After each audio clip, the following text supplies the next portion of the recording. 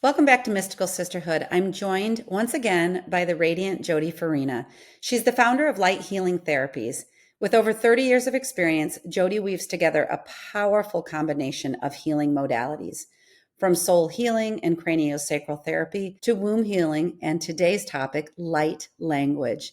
In this episode, we go deeper into what is light language, the truth that we all hold it within, and wisdom around its activation. Jody works in the realm of the sacred divine feminine. So get ready for a deeply nourishing and mystical conversation that invites you to reconnect with your truest essence. Thanks for being here.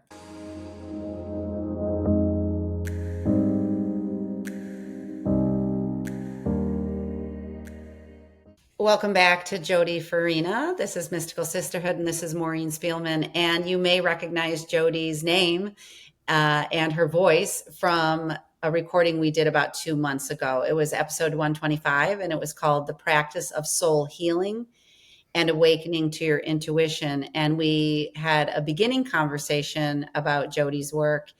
And then we had a conversation afterwards in which she suggested, hey, maybe I could come on and talk more deeply about light language and the sacred feminine gatherings and possibly some around plant medicine today.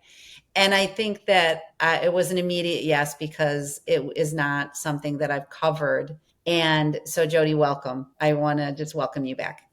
Thank you. And thank you for having me back. Yes, of course. Okay, so Jody, welcome back. And I guess because it was the reason why we said let's do part two is really a welcome to talk about light language. And I'm going to start at the beginning and say, what is it?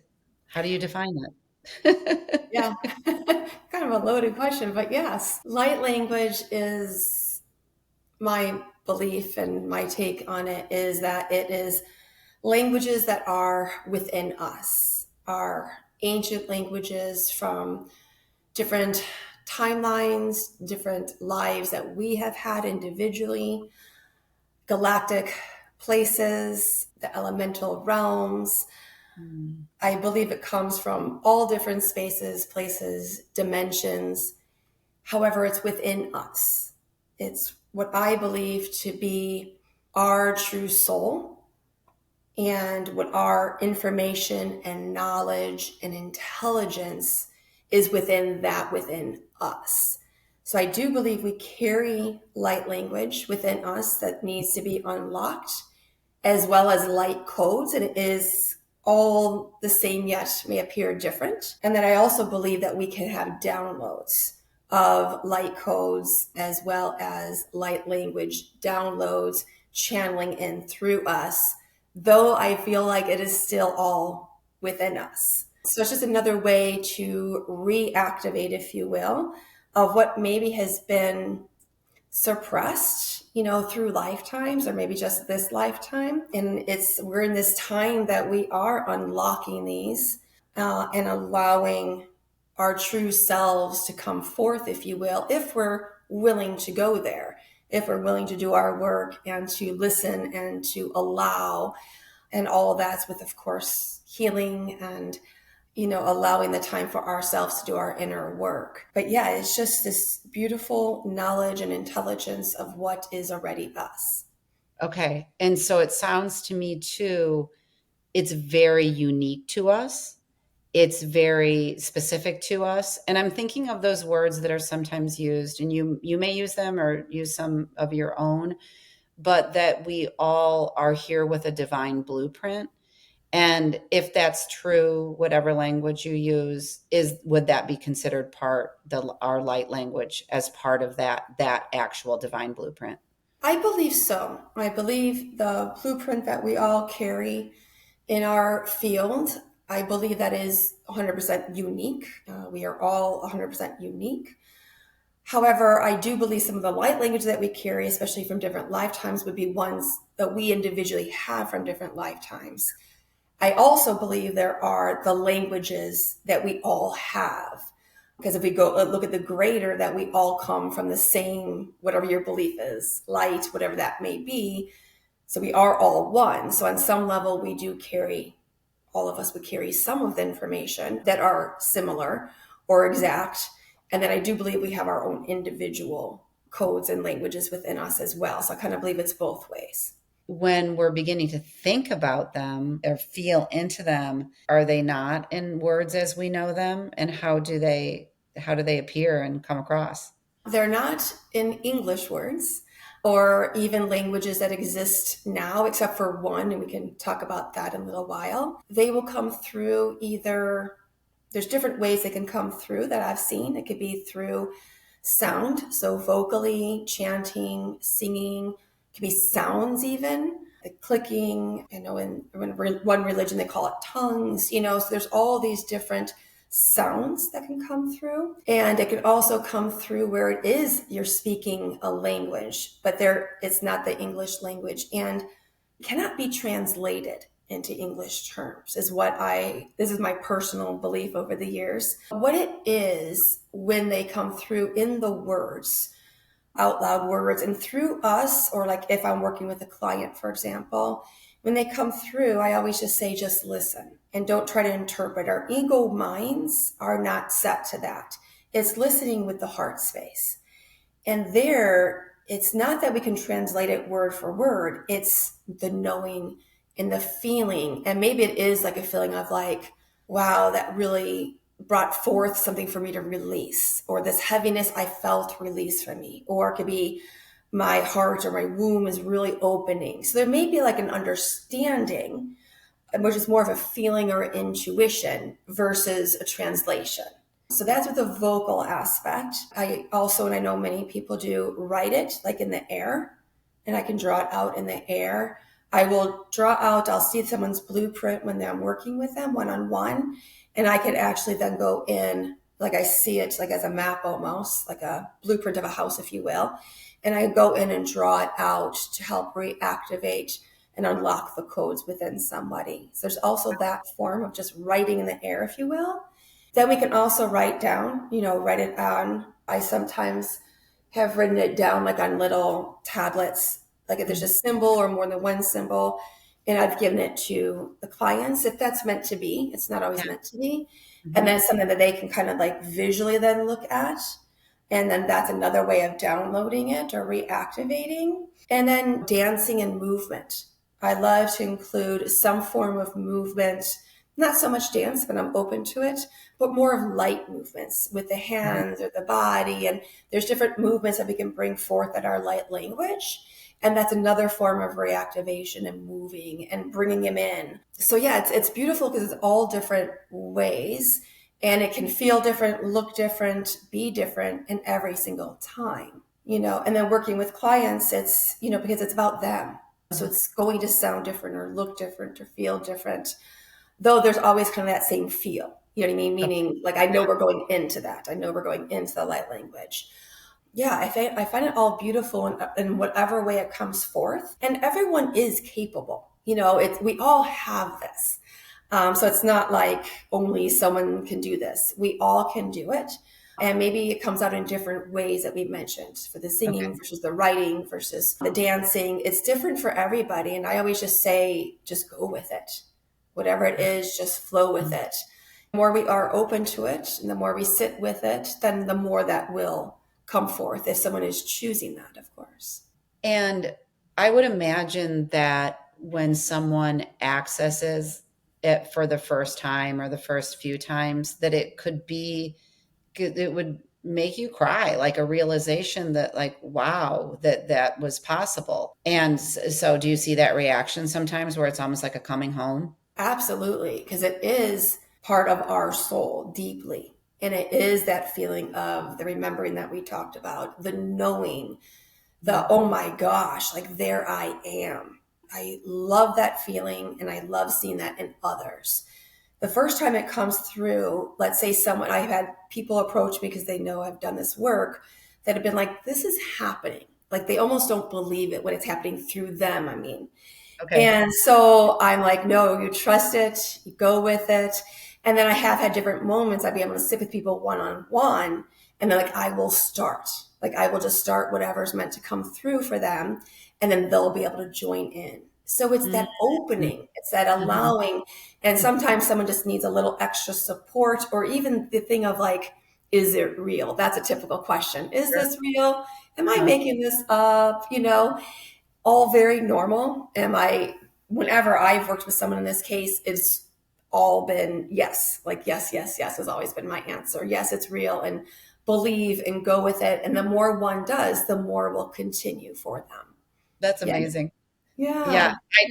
it delights me to learn about this. So, for your own awakening around it, when did it first start to appear for you?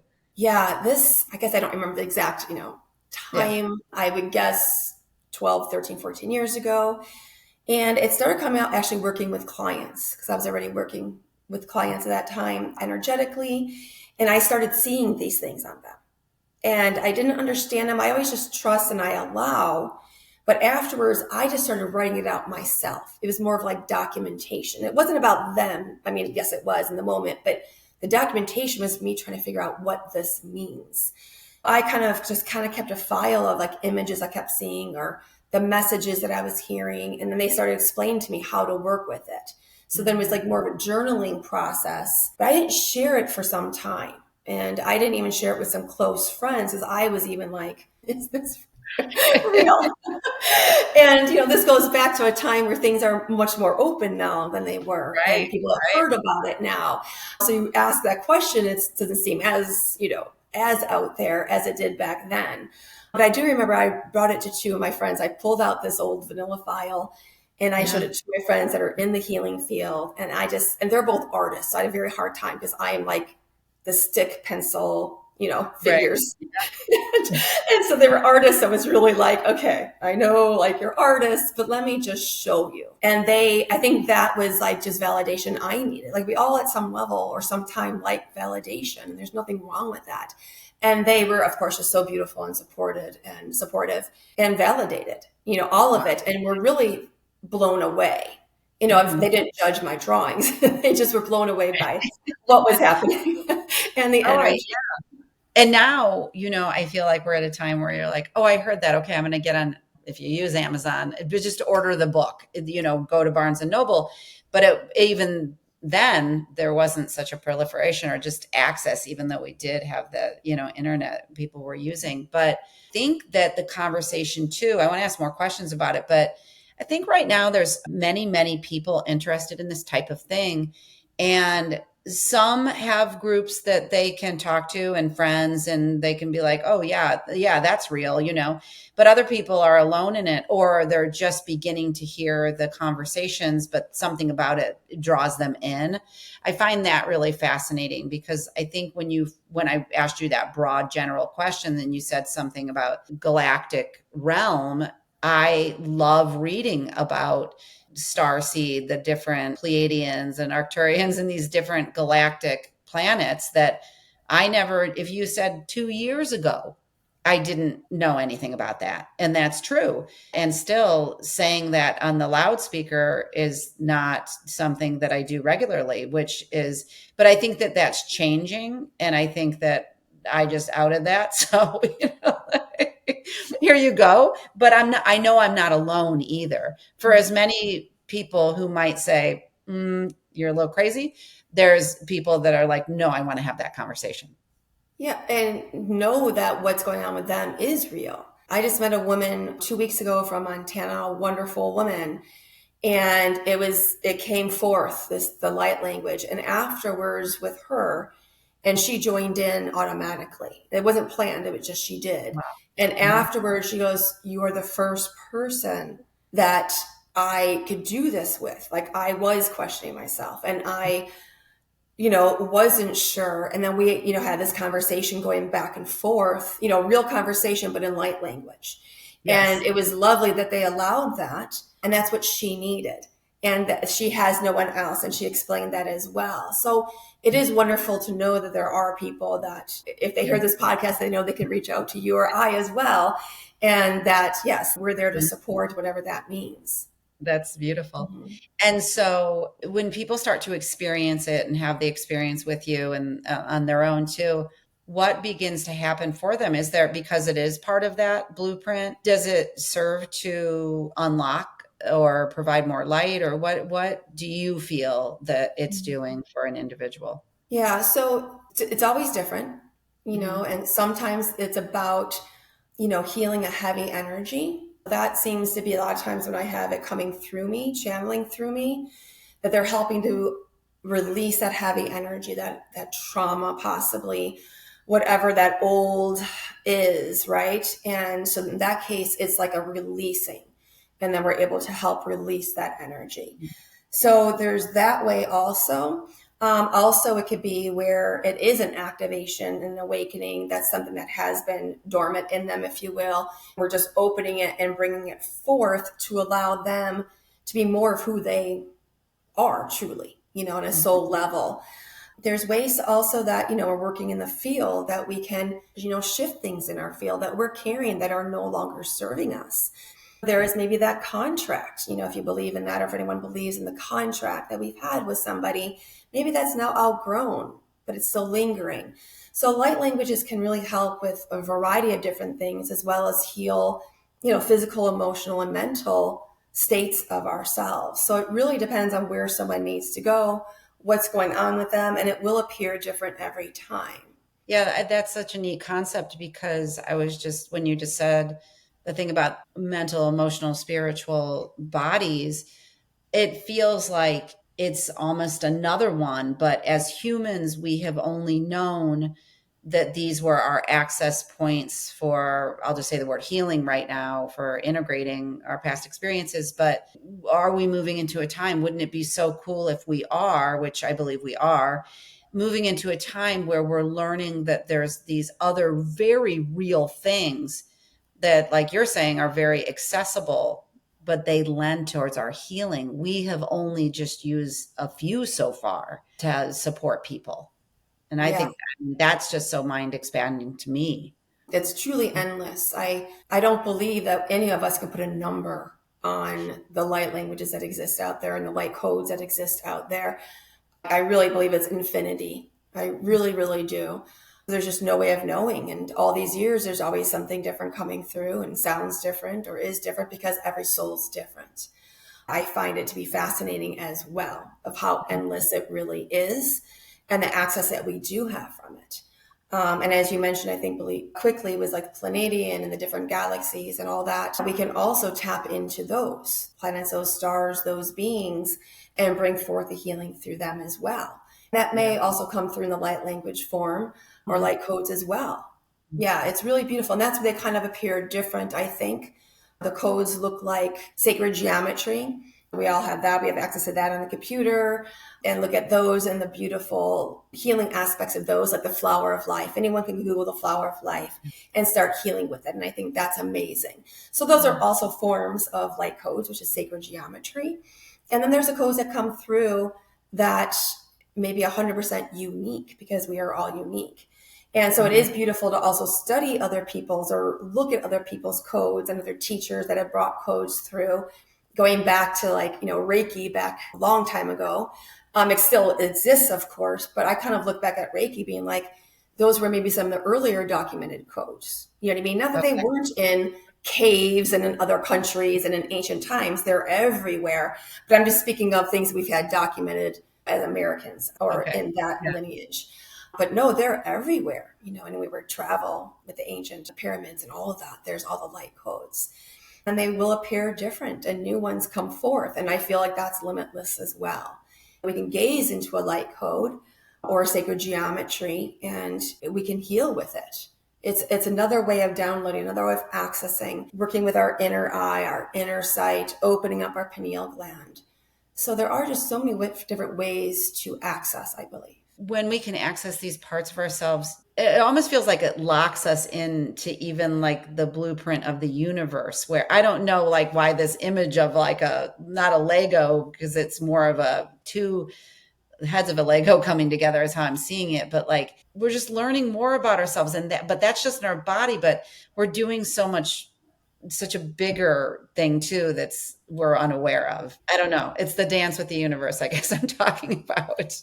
I love that. The dance of the universe. Yeah, it's just one big web and we're all dancing in this Yeah. web. the thing that I'm thinking about too for the light codes or the light language, which is so beautiful, is that each of us, I've heard this said, with our voice, the tone of our voice, the resonance, the harmonics of it, it's very unique to us, but it's important too. Can you talk about that? My belief is the voice is that it is our soul's voice, and it's the voice that we chose before we came here. And it's the piece that is like in the physical, so-called, in the physical here, that connects us so deeply and straightforward to where we come from, or whatever your belief is of where we come from. And so it's such a beautiful thing.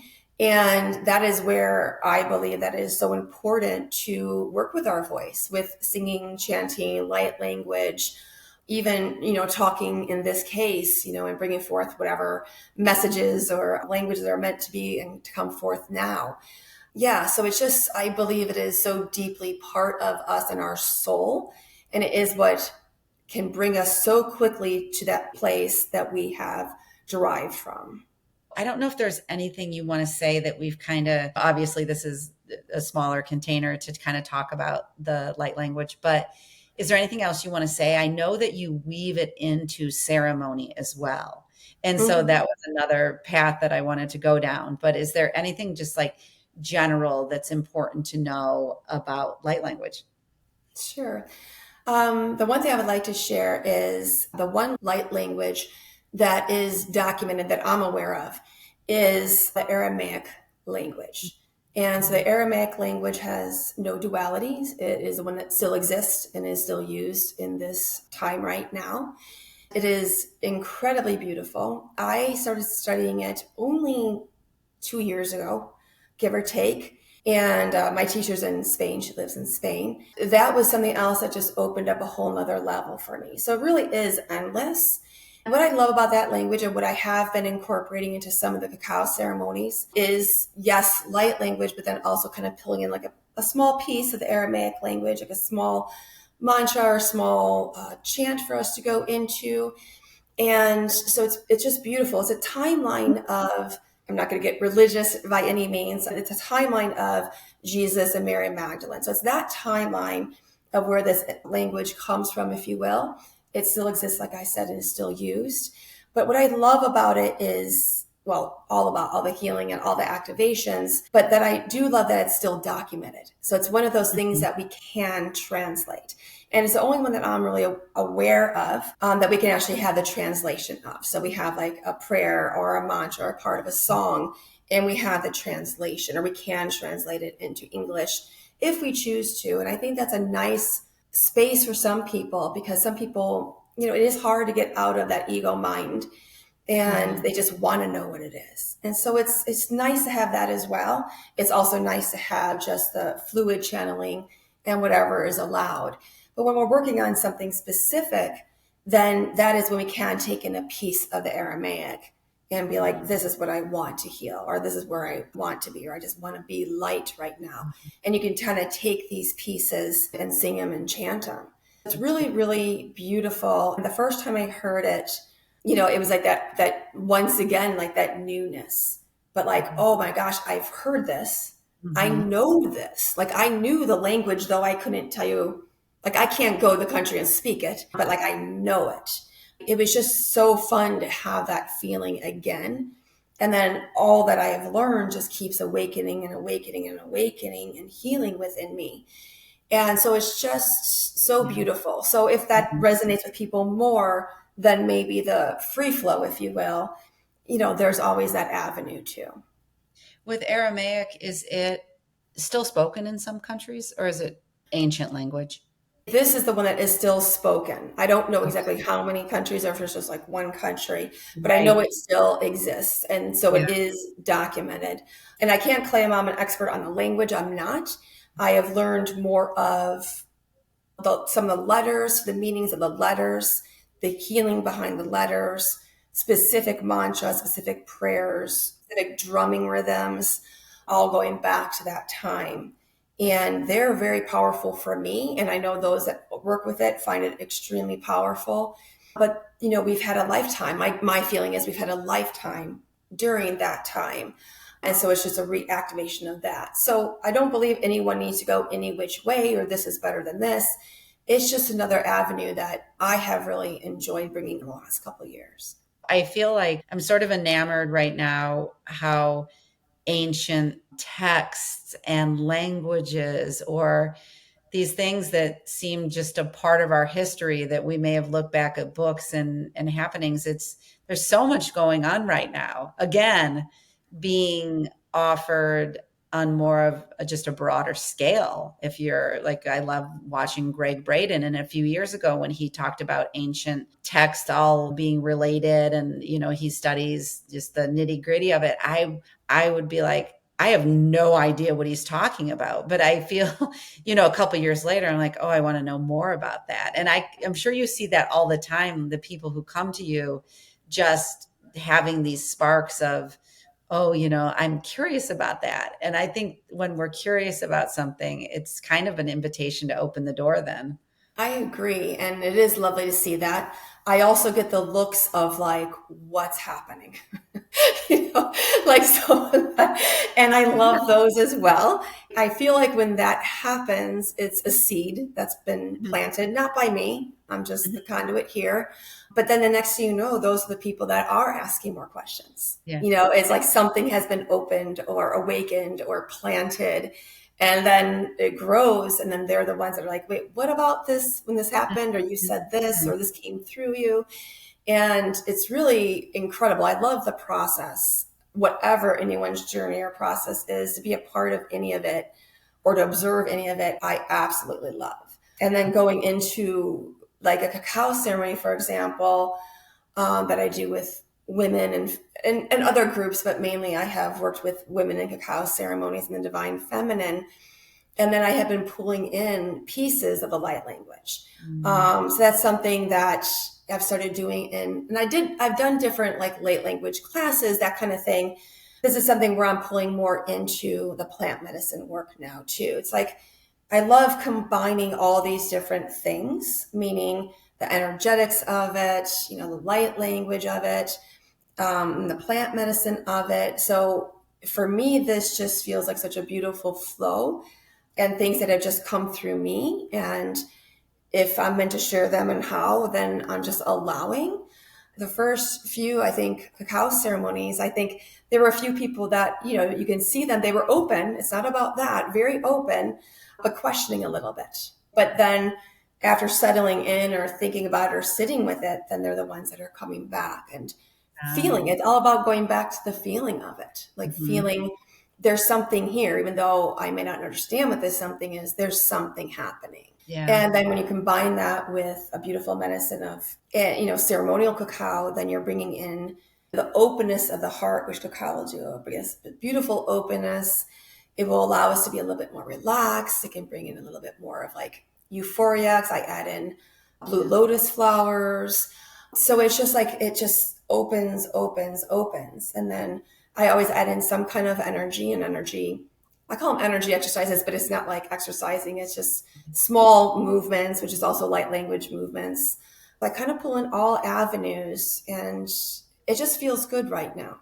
All we can do is what is meant to be now, and then we shift and change again. Yeah, well, the ceremonies sound absolutely beautiful. Big theme to me that I'm picking up on is this trust of self. You are this person people can go to in a very safe, feminine, sacred space that you create, which we all know is just like so needed in the world right now. That's just such a vision for me, is to have our local healers and the people. And I see it. I mean, I'm seeing it all over for people wanting to have these kind of experiences. But just, when you describe like someone sitting in a circle and being like, what is going on here? It's just like, what came to me is almost like the way we've been conditioned to think that some things are blasphemous. And that's a very conditioned thought. Like, I think that even emerged in me, like, oh, wow, because it goes back to the other thing I said, like, oh, well, what would someone think about it? But to me, why trust is coming up is like, oh, you can trust that, Maureen, you're safe. You want to be in safe spaces to talk about it and practice and learn and all the things, but you're safe, and it's okay to trust that you love it and you want to go in that direction. I love the word safe. I think that's really everything, especially with women. And, we have been stripped of safety, going generations. And that is something that is the most important to me, is someone feeling safe. Yeah. And that can be one-on-one or in ceremonies, whatever that means. Is I first always check in with them, and Hmm. make sure they feel safe and hold the container, Hmm. make sure the container is protected with lightness and all that that means. I also have this trust of the right women will always come together. There's always that. So yeah, we really do have to trust the greater, whatever that means to someone. And then we allow. And it always ends up that it's exactly what it's meant to be. It Hmm. always does. And going back even another step, I had a lovely woman that I saw her as a client going back like 7 years ago. And it was a one time, and that was fine. There's never any judgment. Everyone's in their own space and place. And I always honor everyone wherever they're at. And then she just came back maybe like 6 or 9 months ago for the first time. And what she said, and I thought, then I've seen other clients like this. What she said is that she just wasn't ready 7 years ago. Like she Hmm. found that original email and then felt called now and Yeah. then found me, and now she's ready. And it has nothing to do with me. It has to do with only her and her timing of being ready. And I love that story, and I love her process. And I love the fact that she just trusted herself and where she was at and needed to wait till she could trust whatever that was or be more open. Timing is everything. We're not already in the now for any one thing. And I've had other clients like that over the years as well. And so there's so much trust in that as well. And we just allow, that's all we can do. Hmm. Yeah. And I'm thinking that you hold that space and it's not like anyone's ahead of where the other person is. And yet I'm thinking you've probably gone through all the paces of trusting yourself more and more and more in the process. So then you become this beacon of, yeah, yeah, I'm going to hold that for you because I've been there, if that's true for you. Hmm. I feel that by going through it is the way, that and then truly know how to hold space. Hmm. There's all these trainings, and, Lord knows we all have them, for those of us who put the time in, and that is important. Hmm. But then it's really being there, going through those experiences, whatever that means, and going through those hard times, the traumas, the darknesses, the questioning, all of that. So I think I said in our last podcast that, like, I've had all these different traumas, so many up to the age 23, but I honor all of them because I have an understanding of when anyone's in front of me. Hmm. And so, yeah, there's a greater understanding or knowing or trusting because I get it. I Yeah. really get it. And though I may not know exactly the same exact thing, but you can know enough because you've been there on some level. And I think that's very true when it comes to any kind of plant medicines, any kind of ceremonies like that, just not one on one, but in those settings, it's almost like if you go there and you've had maybe an experience that wasn't so great, the container wasn't safely held, I'll put it that way. And I Hmm. have experienced that where the container wasn't secure, wasn't safe. And then I experienced it, what it was like as a participant to be in that. I don't want anyone to go through that. And Hmm. that is very challenging and very hard. And I got through it. I also honor that I went through it. I honor the fact that I was meant to, so that I now had the knowledge. I think that's how our greatest lesson sometimes comes. And maybe a lot of them come in the hardest moments, and the Hmm. darkness, that's when you get these lessons. And so, yeah, I have no like this happened or this happened. It's like once you get through Hmm. it, of course, and there's the healing, of course. But then once we're through it, it's really embracing those lessons on so many Hmm. levels. It feels so full of integrity. And then when we experience things that are feels like it's lacking in integrity, we then stand by that quality what we want to live by more and more. Yeah, I Mhm. agree. Yeah. Well, I was going to say how important it becomes when you're creating. the slowing down and the sacred reverence, and anyone who is on your table energetically or in your circle for a cacao ceremony or whatever it, or one-on-one during a plant ceremony. It's like there's nothing greater than that sacred reverence. I love it. I will say I love what I do, and I'm very aware that it's not me that does anything, the vessel, but I know how blessed I am, and I'm so grateful. And to me, this is of being of service. And this is my way that I can be of service. This is my soul work, definitely my mission. And I'm not saying I'm there yet. I don't believe I am, but I really believe this is how I am meant to be of service. So for me, it's everything. And I'm grateful, and I'm grateful for all of it in all avenues and all people that I've crossed paths with. Yeah. Yeah. So I really do honor all of it. Thank you. I love it. And yeah, thank you for being just someone who has stepped into, put yourself out there and just learned and practiced and, but believed and followed your intuition, and knowing this is the right direction to be going, even when it was the wrong direction, or the one that didn't make as much sense or last that long or whatever it is. But I love the example, the sharing the story, and of course, the things that we've talked about today in terms of all the things that make up what you do. Business never seems to be the right word because it's your business, but it's such sacred work. I'm like, is there another word I'm missing? So, Jody, as we kind of round out the conversation about light language and, its place, all the ways it can be delved into and explored, and then including plant medicine ceremony, is there anything coming to mind that feels like you want to complete that circle or share, or something that hasn't been said? What I'm hearing is that they are just very grateful to have this time to have this discussion and to put more awareness out there for all that come across this podcast. Hopefully that in itself starts to plant some more seeds within people, and more openness, start to research on their own, or whatever that means, start to be more open on their own and working with it, however that is meant to be. But all I'm feeling right now and all I'm hearing right now is just like deep gratitude, and deep gratitude for you, Maureen, for allowing this space and putting it out there, if you will. Yeah. Thank you, Jody. Thank you for sharing just the messages you're getting. And I think it's planting a lot of seeds. I know it is.